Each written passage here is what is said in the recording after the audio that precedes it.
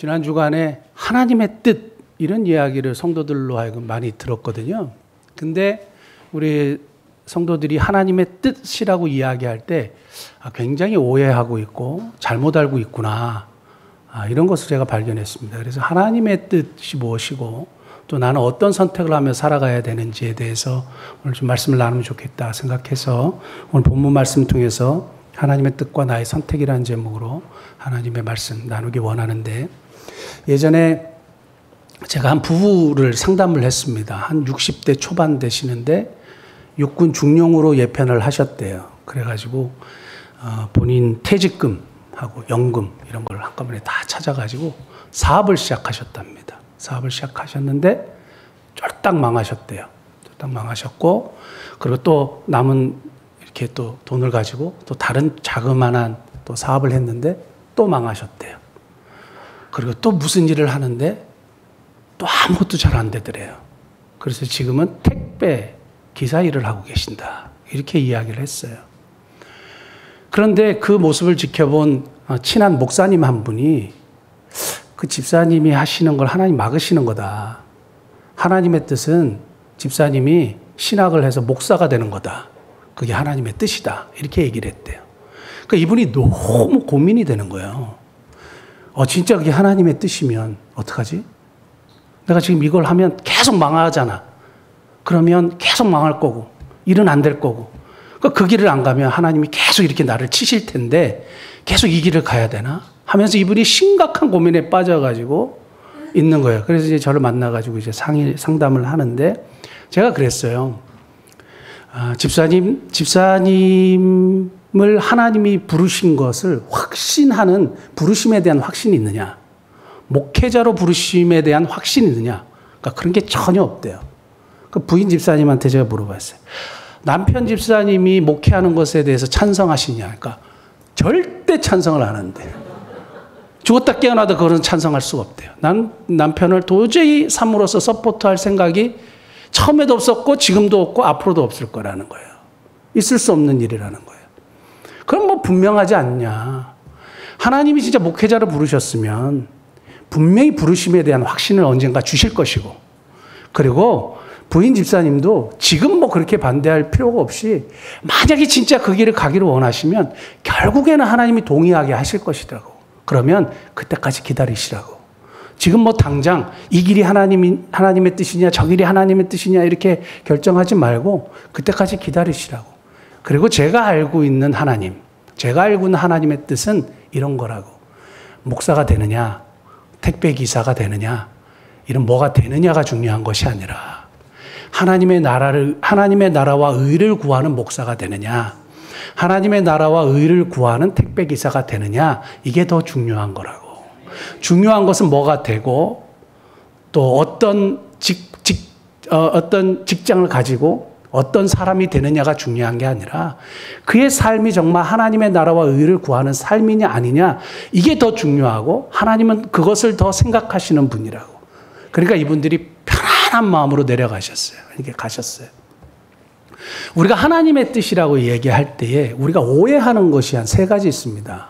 하나님의 뜻 할 때 오해하는 거 3가지 먼저 한번 말씀드리면 좋겠는데, 이게 잘못된 생각인데, 첫째는 오직 한 길이다. 하나님의 뜻은 딱 정해져 있다. 오직 한 길이다.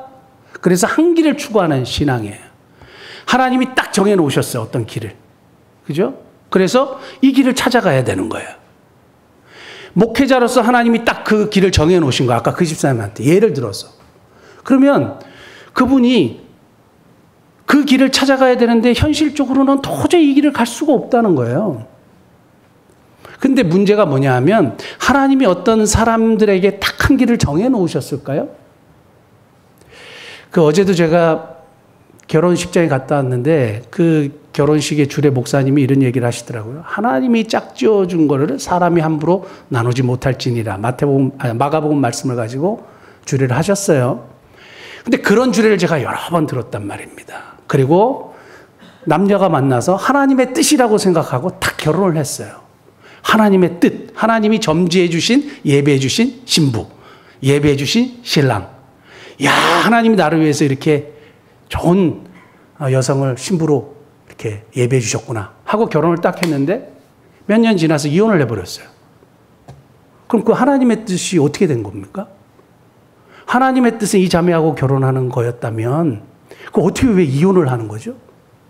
하나님의 뜻과 나의 선택에 무슨 문제가 있는 겁니까? 우리가 하나님, 그러면 이 자매가 아니라 혹시 저 자매였나? 옛날 나를 좋아했던 그 자매랑 결혼하는 것이 하나님의 뜻이었을까? 왜냐하면 제가 지금 저희가 22년, 23년째 살고 있는데요. 초창기에 엄청 싸웠어요. 이게 너무 안 맞는 거죠. 그래서 제가 예전에 나를 막 좋아하고 막 이랬던 자매하고 결혼하는 게 하나님의 뜻이었을까? 우리가 결혼하는 게 하나님의 뜻이 아닌가? 뭐 이런 생각을 했어요. 너무 많이 싸우니까. 너무 안 맞으니까. 그러니까 사람들이 고난에 딱 닥치거나 어떤 일을 선택하고 나서 하나님의 뜻이라고 생각하고 그 길을 딱 가는데 어려움에 딱 부닥치면 어떤 생각을 하냐 하면 잘못 선택했나? 이 길이 아니었가 봐. 이렇게 생각하는 거예요. 왜 그렇게 생각하는지 아세요? 하나님의 길이 딱 정해져 있다고 믿기 때문이에요. 하나님의 길이 이렇게 딱 정해진 게 아니에요. 하나님이 우리를 로봇처럼 만드시지 않으셨단 말이에요. 그래서 그 길을 하도록 하지 않았어요. 근데 문제가 뭐냐 하면 이렇게 한 길이다라고만 생각하면 무슨 문제에 빠지냐 하면 그 길을 내가 찾아가야 되는 거예요. 막 찾아야 되는데 그 길이 도대체 뭔지를 모르겠어. 그리고 오직 한 길이다라고 생각을 하면 후회가 돼요. 그리고 자꾸 죄책감이 들어요. 왜냐하면 내가 잘못된 것을 선택하면 문제가 발생하잖아요. 그러니까 하나님이 우리를 향하여 어떤 길을 딱 결정해 놓으신 게 아니에요. 하나님이 어떤 길을 딱 결정해 놓으신 게 아니에요. 야, 너 목사가 돼야 돼. 너 선교사가 돼야 돼. 너 약사가 돼야 되는데 교사랑 하는 거 잘못됐어. 이런 일이 없단 말이에요. 너 원래 내가 목사를 불렀는데 지금 뭐 돌산 농원 하는 거 그거 안 되는 거야. 이렇게 결정해 놓으신 게 아니란 말이에요.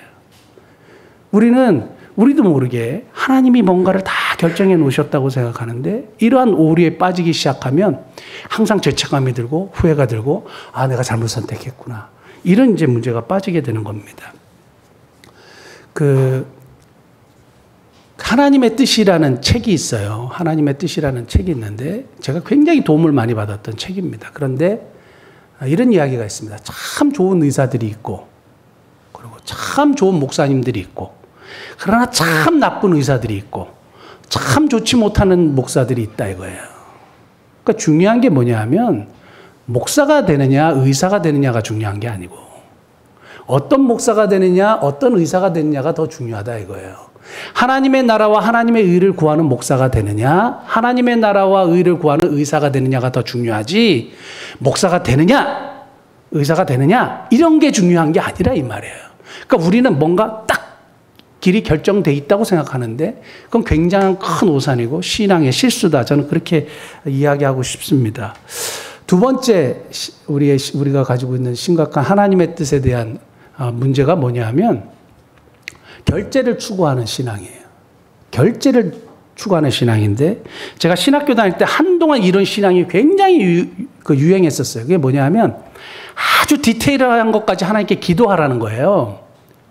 하나님 전철을 타야 됩니까? 버스를 타야 됩니까? 뭐 이런 거 있잖아요. 그 신앙 서적에도 그런 게 굉장히 많이 있었어요. 그래서 구체적인 것까지 기도해야 된다. 이렇게 이제 이야기했는데요. 전철 타야 돼요? 버스 타야 돼요? 오늘 가실 때 우산 쓰고 가실래요? 아니면 우산 벗고 가실래요? 비 오면 우산 쓰고 가는 거죠. 왜 비 오면 우산 쓰고 가요? 비를 맞잖아요. 우리에게 이미 주신 이성과 판단과 양심과 주어진 계시의 말씀을 가지고 이미 우리가 충분히 선택할 수 있고 판단할 수 있는 것을 하나님께 하나님 이렇게 해도 될까요? 하나님 이거 하는 게 맞을까요? 하게 이렇게 질문하고 하나님의 결제를 요구하는 것은 잘못됐다 이거예요. 근데 사람들이 왜 이렇게 자꾸 결제를 요구하는지 제가 쭉 한번 살펴봤더니 문제가 있는 거예요. 제가 예전에 한 대학생 자매하고 상담을 했는데요. 이 대학생 자매가 이렇게 손목을 이렇게 그었어요. 손목을 그었어요. 우울증까지. 알고 봤더니 아이를 낙태했어요. 왜냐하면 남자하고 동거를 했어요. 그리고 이렇게 막 부모님 몰래 이렇게 했단 말이에요. 근데 이제 그런 삶이 너무 힘드니까 이렇게 손을 그었는데 그 늦은 나이에 그 남자친구가 동거하던 남자친구가 군대를 갔대요. 근데 군대를 가고 나서 마음이 너무 이렇게 안 좋은 거예요. 근데 이렇게 자꾸 만나려고 하니까 휴가가 이제 좀 있으면 오는데 연락이 왔대요. 우리 만나자고. 근데 마음이 되게 불편하더래요. 그래서 저한테 물어보는 거예요. 형제를 만나야 됩니까? 만나지 말아야 됩니까? 그래요. 그럼 만나면 뭘 하느냐 물어봤더니 범죄를 한다는 거예요. 그럼 만나야 됩니까? 만나지 말아야 됩니까? 이미 우리에게 주어진 이성과 충분한 계시의 말씀을 가지고 우리가 판단할 수 있죠. 선택할 수 있죠. 근데 왜 이런 질문을 하냐 하면 나의 이 육신이 자꾸 하나님이 원하시지 않는 것을 자꾸 선택하려고 해요. 하나님은 충분히 말씀하셨고 얘기하는데 내가 원하는 것을 내가 자꾸 선택하려고 하니까 결제를 원하는 거예요. 예레미야 42장에 보면 이 부분에 대해서 아주 명확하게 사람의 마음에 대해서 이야기하는 것이 있는데요. 그 예루살렘이 586년에 이렇게 멸망하지 않습니까? 바벨론에 멸망을 하고 나서 이 남은 사람들이 있어요. 근데 이 남은 사람들이 어디를 가고 싶어 하냐 하면 애굽, 당시에 가장 그 바벨론 다음에 최강국인 애굽에 가서 자기들이 이제 좀 살기를 원하는 그런 마음을 가지고 예레미야라는 선지자에게 찾아옵니다. 그래서 하나님의 뜻을 좀 물어봐 주십시오. 우리가 애굽으로 가는 것이 하나님의 뜻입니까? 아니면 이 땅에 남아있는 것이 하나님의 뜻입니까? 우리가 도저히 몰라서 당신에게 왔습니다. 그러나 당신이 하나님의 뜻을 우리에게 이야기해 주면 우리가 그 말에 순종하겠습니다. 이제 이 이야기가 예레미야 42장에 나오는데 한번 볼까요? 42장 1절부터 이에 모든 군대의 지휘관과 가랴의 아들 요하난과 호사의 아들 여사냐와 백성이 낮은 자로부터 높은 자까지 다 나와 선지자 예레미야에게 이르되 당신은 우리의 탄원을 듣고 이 남아있는 모든 자를 위하여 당신의 하나님 여호와께 기도해 주소서. 당신이 보는 바와 같이 우리는 많은 사람 중에서 남은 적은 무리이니 예루살렘 멸망하고 남은 무리란 얘기예요. 그 다음에 당신의 하나님 여호와께서 우리가 마땅히 갈 길과 할 일을 보이시기를 원하나이다. 선지자 예레미야가 그들에게 이르되 내가 너희 말을 들었은즉 너희 말대로 너희 하나님 여호와께 기도하고 무릇 여호와께서 너희에게 응답하시는 것을 숨김이 없이 너희에게 말하리라. 그들이 예레미야에게 이르되 우리가 당신의 하나님 여호와께서 당신을 보내사 우리에게 이르시는 모든 말씀대로 행하리이다. 여호와께서는 우리 가운데서 진실하고 성실한 증인이 되시옵소서. 6절 한번 같이 보겠습니다. 우리가 당신을 우리 하나님 여호와께 보내면 우리에게 좋든지 좋지 않든지를 막론하고 순종하려 함이라. 우리가 우리 하나님 여호와의 목소리를 순종하면 우리에게 복이 있으리이다. 아멘. 아멘. 그리고 나서 이렇게 기도 요청을 하고 나서 예레미야에게 하나님의 응답이 왔어요. 그래가지고 이야기를 해줍니다. 뭐라고 이야기를 하냐 하면 애굽으로 내려가지 말아라. 애굽으로 내려가면 죽는다. 이게 하나님이 그렇게 말씀하셨어요. 두 번째는 애굽은 뭘 상징하냐 하면 항상 성경에서 사람들이 애굽으로 간다라고 이야기할 때 한 번만 찾아보겠습니다. 이사야 31장 1절 도움을 구하러 애굽으로 내려가는 자들은 화 있을진저 그들은 말을 의지하며 병거의 많음과 마병의 심히 강함을 의지하고 이스라엘의 거룩하신 이를 앙모하지 아니하며 여호와를 구하지 아니하나니. 언제든지 애굽은 세상을 상징하고 하나님을 의지하지 않고 세상의 눈에 보이는 것을 의지하려고 하는 사람들에 대한 이야기예요. 그러니까 오늘 이 남은 사람들이 애굽으로 가려는 거 할 때에 하나님의 예레미야를 통해서 애굽으로 절대 가지 마라. 그리고 이 땅에 남아 있어라. 회복시켜 주겠다. 그리고 바벨론을 절대 두려워하지 마라. 나를 신뢰해라. 이게 이제 하나님께서 예레미야를 통해서 이 사람들에게 딱 얘기를 하셨는데 이 사람들이 뭐라 하는지 아세요? 하나님이 그렇게 말씀 안 했다 이거예요. 하나님이 그렇게 얘기 안 했다 이거예요. 예레미야가 그렇게 얘기했는데 우리는 그냥 애굽으로 가겠다 이거예요. 이게 무슨 얘기냐면 내가 이미 결정을 다 했어요. 이미 내가 다 결정을 했고 내가 원하는 거 애굽으로 가는 거예요. 그러니까 여기에 대한 결제를 원하는 거지 여기에 대한 결제를 원하는 거예요. 근데 하나님이 결제를 안 하셨다 이거예요. 어떻게 해요? 그럼 자기들이 그냥 애굽으로 가는 거예요. 우리가 보면 항상 내가 원하는 것, 내가 원하는 욕구 이거를 이루기 위해서 자꾸 하나님의 뜻을 묻고 하나님 도와주십시오 이루어 주옵소서 이렇게 하는데요. 그거 굉장히 잘못된 신앙이죠. 원래 기도라는 것이 하나님의 뜻이 내 삶 가운데 이루어지는 거잖아요. 근데 우리는 자꾸 내 뜻을 이루려고 하잖아요. 결제 신앙도 마찬가지예요. 하나님을 의지하려고 하는 게 아니에요. 내가 원하는 뜻을 이루려고 하나님을 이용하는 거죠. 그러니까 이러한 심각한 문제에 우리가 빠져드는 겁니다.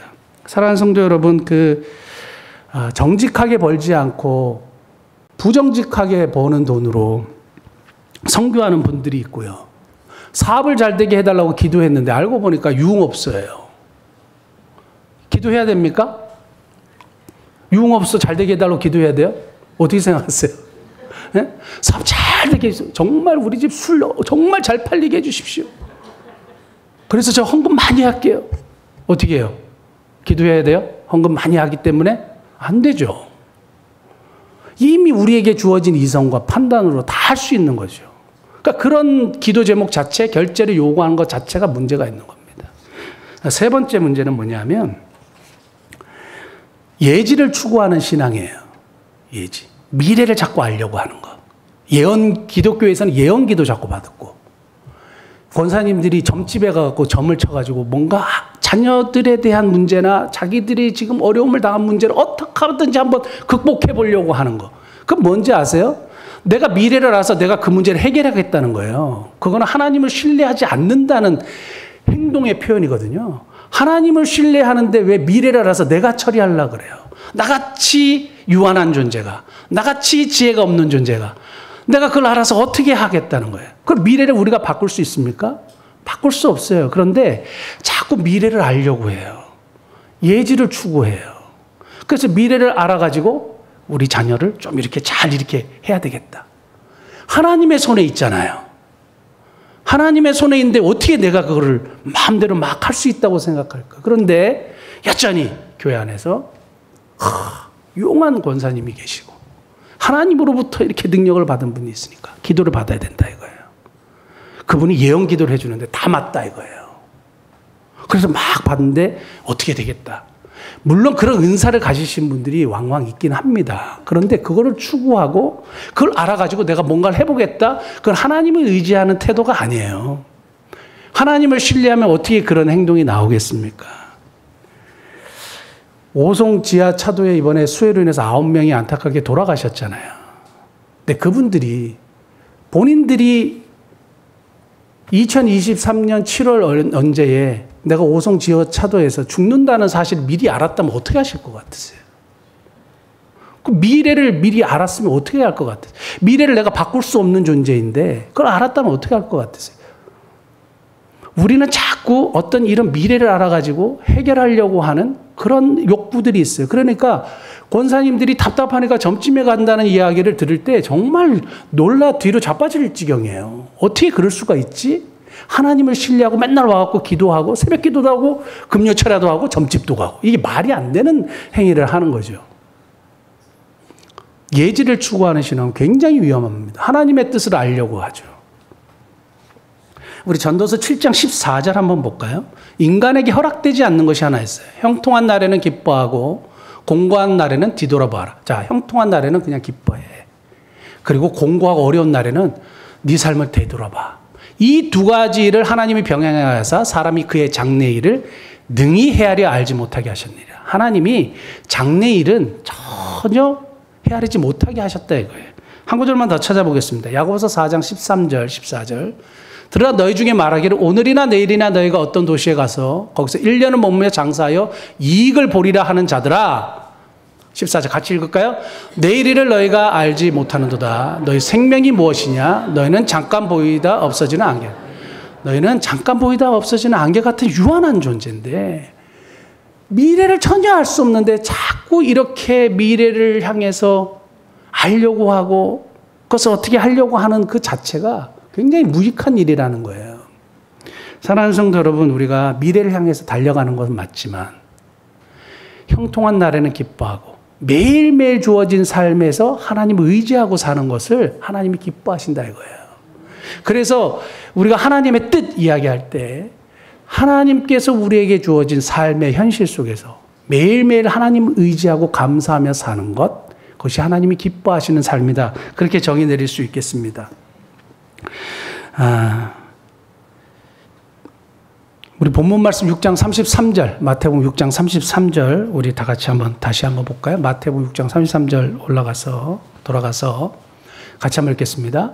그런즉 너희는 먼저 그의 나라와 그의 의를 구하라. 그리하면 이 모든 것을 너에게 더하시리라. 아멘.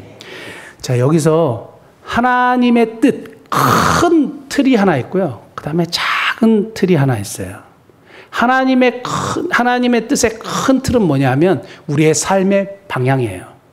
우리의 삶의 가치관, 방향이에요. 큰 틀은 뭐냐면 하나님의 나라와 그의 의를 구하는 삶. 그것이 삶의 방향이에요. 제가 이게 자주 쓰는 표현 중에 서울행 기차하고 부산행 기차가 있는데, 서울행 기차는 부산에서 출발해도 아무리 멀어도 어디로 와요? 서울로 와요. 근데 부산행 기차는 아무리 서울에서 가까워도 어디로 가요? 부산으로 가는 거예요. 어느 방향이냐 이거예요. 어느 방향이냐 이거예요. 우리의 삶의 방향은 하나님의 나라와 그의 의를 구하는 삶. 그것이 우리의 삶의 방향 딱 이거예요. 이게 큰 틀이고요. 그 다음에 그러면 이런 방향 속에서 우리가 어떤 삶을 살아야 되느냐? 하나님의 나라와 하나님의 의를 구하는 삶을 살아야 되는데 그것이 도대체 뭐냐? 이거예요. 하나님의 나라와 하나님의 의라는 것을 이렇게 한마디로 딱 정의할 수 없지만 그것을 뽑고 뽑으면 이런 거예요. 영혼을 구원하고 한 사람이 예수 그리스도의 그 은혜와 사랑을 깨닫고 주님 앞에 돌아와서 삶이 변화되는 구원의 역사, 하나님의 나라를 구하는 것이 될 수 있고요. 복음을 전하는 것, 선교하는 것, 하나님의 나라를 구하는 삶이 될 수 있고요. 하나님의 의는 뭐냐면 사실은 마태복음에 5장부터 쭉 산상수훈에 천국 백성으로 어떻게 살아가야 될 것인가를 충분하게 설명하셨어요. 예수님이. 모든 것들에 대해서, 많은 것들에 대해서 얘기했는데 그런 삶을 살아가는 것, 하나님의 의를 구하는 삶이에요. 그것을 엑기스로 딱 한마디로 줄이면 사람을 살리는 것, 사람을 살리는 일, 이렇게 이제 이야기할 수 있단 말입니다. 한마디로 표현하기는 어렵지만 그래서 복음을 전하고 영혼을 구원하고 예수 그리스도의 사랑을 깨닫게 하고 한 사람이 변화되는 삶을 이루는 하나님의 나라를 구하는 삶과 그리고 사람을 살리는 하나님의 의를 구하는 삶, 이런 것들이 삶의 딱 큰 틀이란 말이에요. 우리가 그것을 위해서 달려가는 것이고, 그렇다면 이것을 위해서 우리가 어떤 삶을 살아가야 되느냐? 매일의 삶을 살아가야 되는 것이에요. 자, 보면 6장 33절 보면 여기서 구하라 이렇게 돼 있단 말이에요. 그리고 먼저 이렇게 돼 있습니다. 삶의 우선순위가 이거다 이거예요. 우리 모든 하나님의 백성들의 삶의 우선순위, 프라이오리티는 하나님의 나라와 그의 일을 구하는 것이다 이거고, 구하라 이것은 미완료 시제로 뭐냐면 계속 조건적으로 되풀이하는 거예요. 그러니까 매일매일 이걸 실천하는 거예요. 구하는데 한번 구하 끝나는 게 아니고요. 매일매일 되풀이하는 거예요. 그럼 매일매일 어떻게 하나님의 나라와 의를 구하는 걸까요? 어떻게 하는 것이 하나님의 나라와 의를 구하는 걸까요? 그 파키스탄의 한 선교사님이 저한테 그 글을 보냈어요. 어떤 글을 보냈냐면 그 회교, 그러니까 무슬림 강경단체가 기독교 대상으로 이제 테러를 자꾸 한대요. 파키스탄은 굉장히 이 무슬림이 굉장히 강경합니다. 그리고 이 퍼센테이지가 높고 이 무슬림이 세계에서 두 번째로 많은 곳이 2억 2천 명 있는 곳이 파키스탄인데, 그 선교사님이 테러할 가능성이 높아가지고 이게 그 오지에 있는 한 교회에서 그 정부하고 경찰서가 교회 건물과 사택에 대해서 안전시설을 설치하지 않으면 예배를 중지해라 이렇게 왔대요. 그런데 자기들이 너무 가난하니까 이런 안전시설을 할 수가 없는 거예요. 그래서 저한테 도움을 요청을 했습니다. 그런 도움이 요청이 딱 왔을 때 어떻게 해야 돼요? 어떻게 해야 돼요? 그래서 제가 다음 주 중에 제가 마련해서 보내드리겠습니다 했어요. 150만 원 정도가 필요하대요. 오케이, 다음에 제가 보내겠습니다 했습니다. 어제는 국민일보를 보니까 한 은퇴 목사님의 말년이라는 이렇게 에세이가 있었어요.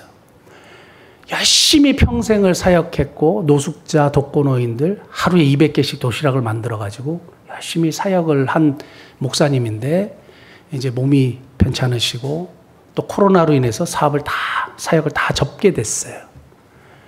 근데 딸은 참 안타깝게 딸이 우울증이 아주 심각하고 또 이 은퇴한 목사 아버님을 이렇게 막 때렸대요.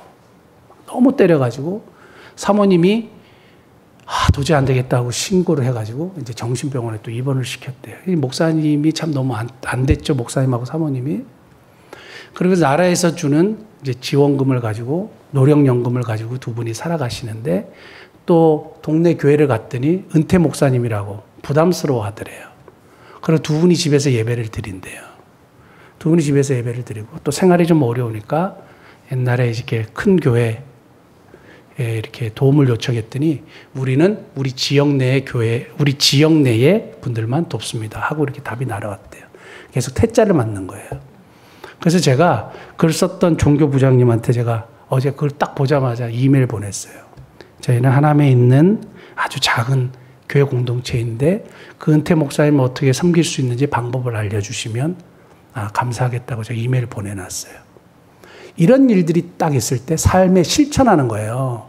딱 있을 때 참 안 됐다 하고 그냥 지나가는 게 아니고 딱 얘기를 들으면 내가 실천하는 거예요, 여러분. 우리에게 이러한 일들이 발생하고 그리고 우리 앞에 삶의 순간순간에 하나님의 나라와 의를 구할 수 있는 여러 가지 사건, 사고들이 생길 때 내가 그것을 선택하는 거예요. 내가 오늘 비가 오고 몸이 너무 안 좋고 오늘 여러 가지 약속이 있지만 주일 예배 드리기로 선택하는 것. 그리고 지금 수해로 인해서 너무 어려움을 당하는 저 가족들을 위해서 내가 오늘 시간을 내서 한번 기도하기로 선택하는 것. 내가 저 사람이 너무 마음에 안 들지만 가가지고 한번 내가 먼저 인사하고 품어주는 것. 이런 것들이에요. 매일매일에 주어진 나의 삶 속에서 실천하는 삶이요. 그래서 그것이 하나님의 나라와 의를 구하는 매일매일의 삶의 실천이 이게 점점 커지는 거죠. 그러니까 중요한 건 뭐냐 하면 이런 매일매일의 작은 실천이 중요한데 나중에 뭐가 되느냐, 되지 않느냐 이런 것은 정말 중요한 게 아니란 말이에요. 뭐가 되면 어떻습니까? 그것이 하나님의 나라와 의를 구하는 삶이 되면 하나님이 기뻐하시는 삶이죠. 그것이 하나님의 뜻인 거죠. 사랑하는 성도 여러분, 저와 여러분들이 하나님의 나라와 의를 구하는 그런 복된 하나님의 뜻을 이루는 백성들이 될 수 있게 예수님이 축복합니다. 그러기 위해서 우리 삶에 주어지는 작은 일들을 매일매일 실천하고 섬기고 그래서 하나님의 뜻을 이루는 복된 우리 미사묵민계 공동체 되기를 예수님 축복합니다. 기도하시겠습니다.